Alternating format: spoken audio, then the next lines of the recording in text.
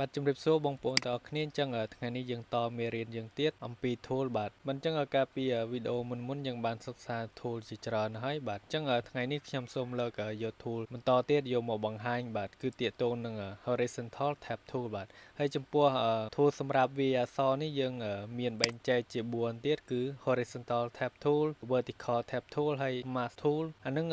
បើយើងនិយាយឲ្យស្រួលស្ដាប់ទៅគឺជា tool សម្រាប់សរសេរអក្សរយើងអាចសរសេរពីឆ្វេងទៅស្ដាំពីលើចុះក្រោមហើយសរសេរពីលើចុះក្រោមឬក៏ពីឆ្វេងទៅស្ដាំវាបង្កើតជាសលេខបន្ថែមអញ្ចឹងបាទមិនអញ្ចឹងខ្ញុំនឹងបង្ហាញពីទូនាទីនិងការប្រើប្រាស់មួយរបស់វាបាទអញ្ចឹងចំពោះទី1នេះ horizontal tab tool បាទគឺជា tool មួយសម្រាប់សរសេរអក្សរតែវាមានលក្ខណៈយើងអាចសរសេរពីឆ្វេងទៅស្ដាំបានបាទអញ្ចឹងបងប្អូនស្លេចលើវាមកបន្តមកទៀតវានឹងមាន option tool នៅទីនេះបាទអញ្ចឹងចំពោះខាងលើនេះកន្លែងម្ដុំដែលខ្ញុំបានយកមកដាក់ពីលើនេះគឺជាកន្លែងយើងជ្រើសរើស font អញ្ចឹងបាទអញ្ចឹងបងប្អូនអាចសរសេរជ្រើសរើស font មកផ្សិនបើបងប្អូនស្គាល់ឈ្មោះវាអញ្ចឹងបាទឬក៏ផ្សិនបើបងប្អូនអត់ស្គាល់បងប្អូនអាចចុចកន្លែងសញ្ញាព្រួយហ្នឹងមកវានឹងបង្ហាញ font ជាច្រើនឲ្យបងប្អូនឃើញបាទហើយខាងលើនេះគឺជា font អ្វីដែលខ្ញុំបានធ្លាប់ប្រើមកគឺវានឹង load នៅខាងលើចំពោះ font ដែលយើងអត់ធ្លាប់ប្រើឬក៏យើងដំឡើងមកគឺវានឹង load បង្ហាញនៅទីនេះបាទ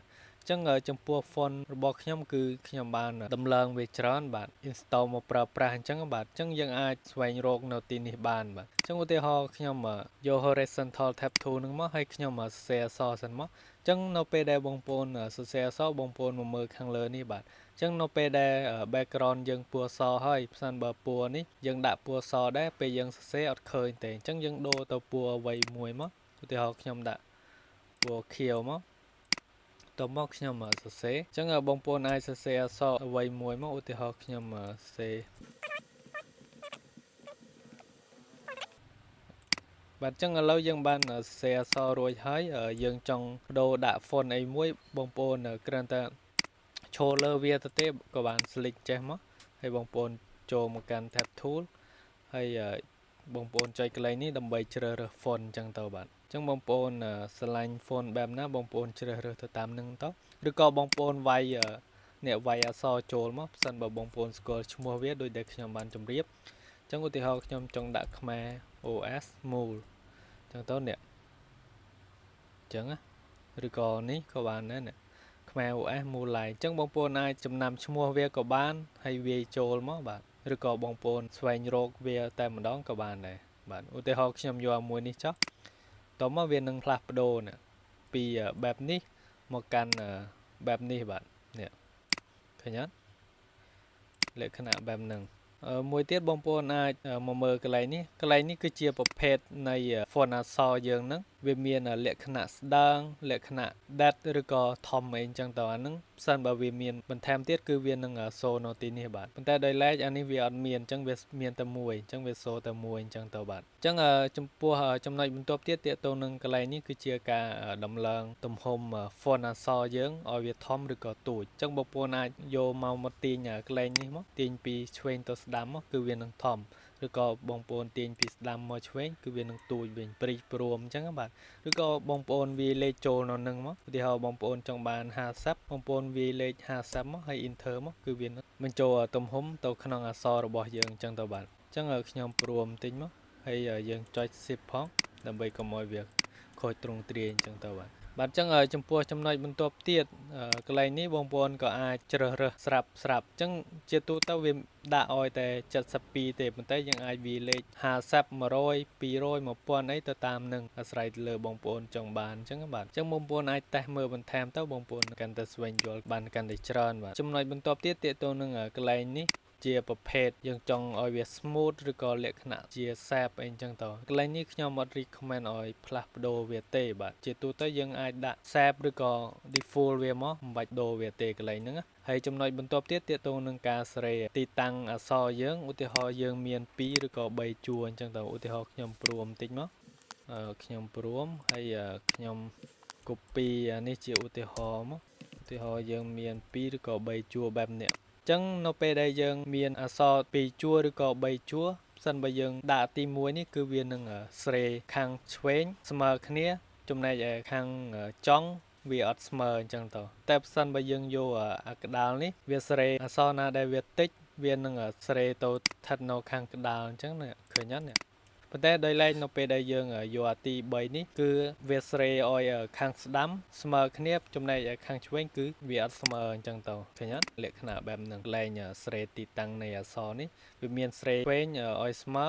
ក្តារឬក៏ស្មើស្ដាំអញ្ចឹងទៅអានឹងអាស្រ័យទៅលើបងប្អូនចង់បានបាទហើយចំណុចបន្ទាប់ទៀតតាក់ទងនឹងកន្លែងនេះតាក់ទងនឹងការផ្លាស់ប្ដូរពណ៌អញ្ចឹងពណ៌អក្សរយើងនឹងយើងចង់បានពណ៌អីយើងអាចផ្លាស់ប្ដូរកន្លែងហ្នឹងមកអាស្រ័យទៅតាមអ្វីដែលយើងចង់បានឬក៏ចូលចិត្តអញ្ចឹងទៅបាទហើយចំពោះចំណុចបន្ទាប់ទៀតតាក់ទងនឹងកន្លែងនេះគឺជា style នៃអក្សររបស់យើងចង់បានអក្សរលក្ខណៈម៉េចអញ្ចឹងឧទាហរណ៍ខ្ញុំcopy វាបានជា3ជា4មកបែបហ្នឹងចុះអានេះអាដើមអានេះដែលខ្ញុំចង់លេង style វាបងប្អូនគ្រាន់តែ select លើវាយកអក្សរ T ហើយបងប្អូនចូលកន្លែងនេះ T កងហ្នឹងចុចពីលើវាមកវានឹង load បែបនេះបាទតទៅទៀតបងប្អូនអាចជ្រើសរើសកន្លែង style នេះផ្សិនបើវាដាក់ណាន់យើងអាចចុចពីលើវាមកហើយបងប្អូនចង់បានអក្សរលក្ខណៈម៉េចបងប្អូនជ្រើសរើសទៅតាមហ្នឹងទៅឧទាហរណ៍ខ្ញុំជ្រើសរើសអាទី1នេះវាលក្ខណៈកងអញ្ចឹងហើយបងប្អូនអាចស្រេឲ្យវាកងតិចកងខ្លាំងទៅតាមហ្នឹងទៅហើយកន្លែង horizontal distortion នេះបានន័យថាយើងស្រេខាងណាធំជាងអញ្ចឹងទៅនេះឧទាហរណ៍យើងទាញមកខាងឆ្វេងបានន័យថាខាងឆ្វេងធំជាងហើយវាបដិញទៅទូចអញ្ចឹងទៅឬក៏យើងដាក់0មកយើងអត់ចង់បានវាកងបែបហ្នឹងយើងចង់បានឲ្យវាស្មើគ្នាអញ្ចឹងទៅហើយយើងអាចស្រេអានេះមកចង់បានកងខ្លាំងឬក៏កងតិចឧទាហរណ៍ទី1ហ្នឹងខ្ញុំយកប៉ុណ្នេះចុះហើយអានេះដូចគ្នាខ្ញុំ select លើវាចុចអក្សរ T មកហើយយកអានេះមកដូរ Screen Style យកអ្វីមួយទៀតមកឧទាហរណ៍ខ្ញុំយក Flag នេះឃើញអត់ Flag គឺវាមានលក្ខណៈបែបហ្នឹងហើយតទៀតយើងចង់បាន style ផ្សេងទៀត select ធ្វើដូចគ្នាមកនេះអានេះ wow ដូចទឹករលកអីអញ្ចឹងទៅលក្ខណៈទឹករលកអញ្ចឹងទៅយើងអាចទាញវាហើយយើងអាចស្រេអានេះបានអាស្រ័យលើបងប្អូនទេប៉ុណ្ណឹងហើយមួយទៀតយើងចង់លេង style មិនអញ្ចឹងទៅឧទាហរណ៍ wrist នេះឃើញអត់ wrist មានលក្ខណៈបែបហ្នឹងឈរលើវាមកមិញ wrist នេះហើយយើងអាចទាញមកនេះអាស្រ័យលើបងប្អូនស្រេអញ្ចឹងទៅឃើញអត់អញ្ចឹងតាក់ទងនឹងកន្លែង T កងហ្នឹងគឺវាមានលក្ខណៈបែបហ្នឹងអាហ្នឹងគឺជាការលេង style បន្ថែមទៅលើអក្សររបស់យើងឬក៏ទៅលើ text អញ្ចឹងបាទអញ្ចឹងចំពោះចំណុចបន្ទាប់ទៀតតាក់ទងនឹងកន្លែង note នេះគឺជា panel បាទរបស់ text ហ្នឹងវាមានការស្រេទៅលើទំហំស្រេទៅលើកម្លាតលើក្រមអញ្ចឹងទៅហើយមានការស្រេកម្លាតឆ្វេងស្ដាំអញ្ចឹងទៅអញ្ចឹងកុំឲ្យខាត់ពេលវេលាយូរអញ្ចឹងខ្ញុំលុបនេះចោលសិនមកខ្ញុំ copy បន្ថែមទៀតដើម្បីបងប្អូនយកកាន់តែច្បាស់អញ្ចឹងទៅបាទអញ្ចឹងអានេះអាដើមខ្ញុំអត់ប៉ះពាល់វាទេអញ្ចឹងអ្វីដែលខ្ញុំចង់បង្ហាញគឺទាក់ទងនឹងអានេះទី1យើងចង់បានទំហំប៉ុណ្ណាយើងអាចស្រេមកឬក៏យើងទាញអានេះមក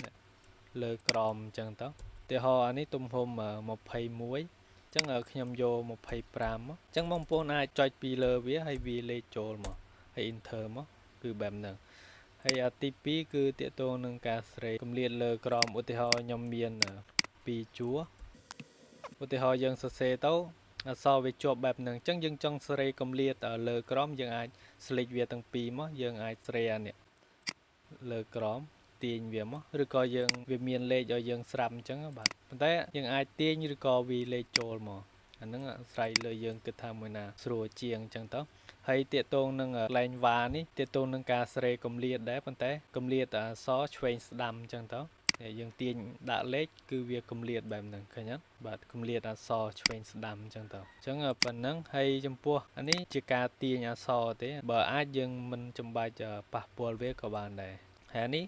កន្លែងដូរពណ៌អក្សរយើងធម្មតាទេដោយតែលើ option tool នឹងដែរទេហើយចំពោះចំណុចបន្ទាប់ទៀតទាក់ទងនឹងការដាក់ឲ្យវាកាន់តែក្រាស់ឬក៏ផ្ដេកអានេះលក្ខណៈបើអក្សរអង់គ្លេសបើសិនជាអង់គ្លេស Cambodia បាទបែបហ្នឹងចុះហើយខ្ញុំធីកមកឧទាហរណ៍អក្សរហ្នឹងវាមានទូចមានធំប៉ុន្តែខ្ញុំអត់ចង់បានអញ្ចឹងទេខ្ញុំចង់ឲ្យវាធំស្មើគ្នាសំខាន់ទី1យើង select លើវាហើយយើងចុចអានេះមកគឺវានឹងលោតធំស្មើគ្នាឃើញអត់ បែបហ្នឹងហើយចំពោះចំណុចបន្ទាប់ទៀតជាអក្សរបដិញដែរបដិញពីធំទៅទូចអញ្ចឹងទៅចំពោះកន្លែងនេះគឺជាការសរសេរឬក៏កំណត់សញ្ញាដុល្លារអីហ្នឹងនៅលើឧទាហរណ៍យើងមាន$3000អញ្ចឹងទៅប៉ុន្តែយើងអត់ចង់បានសញ្ញាដុល្លារហ្នឹងនៅក្រោមស្មើអក្សរយើងទេអញ្ចឹងយើងចង់ឲ្យវាលោតទៅលើអញ្ចឹងយើង select សញ្ញាដុល្លារហ្នឹងមកតទៀតយើងចុចអាកន្លែងនេះមកគឺវានឹងលោតទៅលើហើយឬក៏យើងចង់ឲ្យវាមកក្រោមយើងចុចអាកន្លែងនេះមកឃើញអត់វាលោតទៅក្រោមចំណុចមួយទៀតយើង select ទាំងអស់យើងដាក់បន្ទាត់ពីក្រោមនេះឃើញអត់នេះជាការដាក់បន្ទាត់ពីក្រោមអញ្ចឹងទៅឧទាហរណ៍អក្សរនឹងវាខុសឬក៏យើងបញ្ចុះតម្លៃអីយើងចង់វាពោះវាយើងអាចចុចកន្លែងហ្នឹងមកហើយចំពោះផ្សេងទៀតដូចជាអត់សូវសំខាន់ប្រហែលទេខ្ញុំអត់បង្ហាញទេបាទអញ្ចឹងចំពោះចំណុចបន្ទាប់ទៀតដែលខ្ញុំចង់បង្ហាញគឺទាក់ទងនឹងការសរសេរអក្សរលើក្រោមនឹងការសរសេរអក្សរបង្កើតជា slick អញ្ចឹងទៅបាទអញ្ចឹងវាអត់ខុសគ្នាឆ្ងាយទេទាក់ទងនឹងទី2នេះគឺជាការសរសេរអក្សរដែរប៉ុន្តែយើងសរសេរអក្សរពីក្រោមឡើងលើអីអញ្ចឹងទៅឃើញអត់ពីក្រោមឡើងលើអញ្ចឹងយើងអាចបន្ថយ font បន្តិចមកទំហំអក្សរឃើញអត់នេះយើងសរសេរអក្សរពីក្រោមឡើងលើអញ្ចឹងទៅឧទាហរណ៍យើងចុចមកគឺវានឹងចេញបែបនេះហើយយើងអាចសរសេរអក្សរបានឃើញអត់ពីក្រោមឡើងលើអញ្ចឹងទៅហើយចំពោះចំណុចបន្ទាប់ទៀតទាក់ទងនឹងការសរសេរ vertical tab mask tool គឺជាការសរសេរអក្សរពីក្រោមឡើងលើដែរប៉ុន្តែពេលយើងសរសេរទៅហើយយើង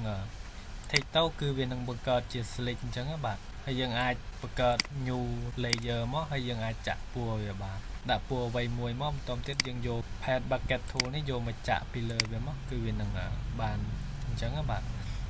ហើយចំណុចបន្ទាប់ទៀតទាក់ទងនឹង horizontal tab mask tool ហ្នឹងទាក់ទងនឹងការសរសេរអក្សរដូចគ្នាផងដែរប៉ុន្តែយើងសរសេរពីឆ្វេងទៅស្ដាំអញ្ចឹងបាទប៉ុន្តែវាលោតពីស្ដាំទៅឆ្វេងអញ្ចឹងទៅហើយពេលយើងធីកមកគឺវានឹងបង្កើតជា slick ដូចគ្នាទេដូចតែនេះទេប៉ុន្តែយើងអាចបង្កើត new layer ហើយយើងចាក់ជ្រើសរើសពណ៌អ្វីមួយមកយើងយកមកចាក់វាមកគឺវានឹងបានដូចគ្នាអញ្ចឹងទៅបាទអញ្ចឹងវាអត់ខុសគ្នាឆ្ងាយប៉ុន្មានទេអញ្ចឹងអ្វីដែលខ្ញុំចង់បង្ហាញពីនេះបាទគឺយើងអាចប្រើវាបានសម្រាប់ការសរសេរអក្សរប៉ុន្តែវាមានលក្ខណៈខុសគ្នាត្រង់មួយសរសេរពីឆ្វេងទៅស្ដាំមួយពីលើចុះក្រោមឬក៏ពីក្រោមឡើងលើអញ្ចឹងទៅបាទអញ្ចឹងបងប្អូនអាចតេស្តមើលបន្ថែមទៅខ្ញុំសូមបញ្យល់តែប៉ុណ្្នឹងទេសង្ឃឹមថាបងប្អូនយល់បាទអញ្ចឹងខ្ញុំលុបអានេះចោលសិនមកបាទហើយខ្ញុំបើកនេះវិញមកប៉ុណ្្នឹងចោះទាក់ទងនឹង text បាទអញ្ចឹងសង្ឃឹមថាបងប្អូនយល់ទាក់ទងនឹងមេរៀន text ថ្ងៃនេះបាទអញ្ចឹងចំពោះវីដេអូមួយនេះខ្ញុំមានតែប៉ុណ្្នឹងទេចាំជួបគ្នានៅវីដេអូបន្តទៀតអញ្ចឹងសូមអរគុណនិងសូមជម្រាបលា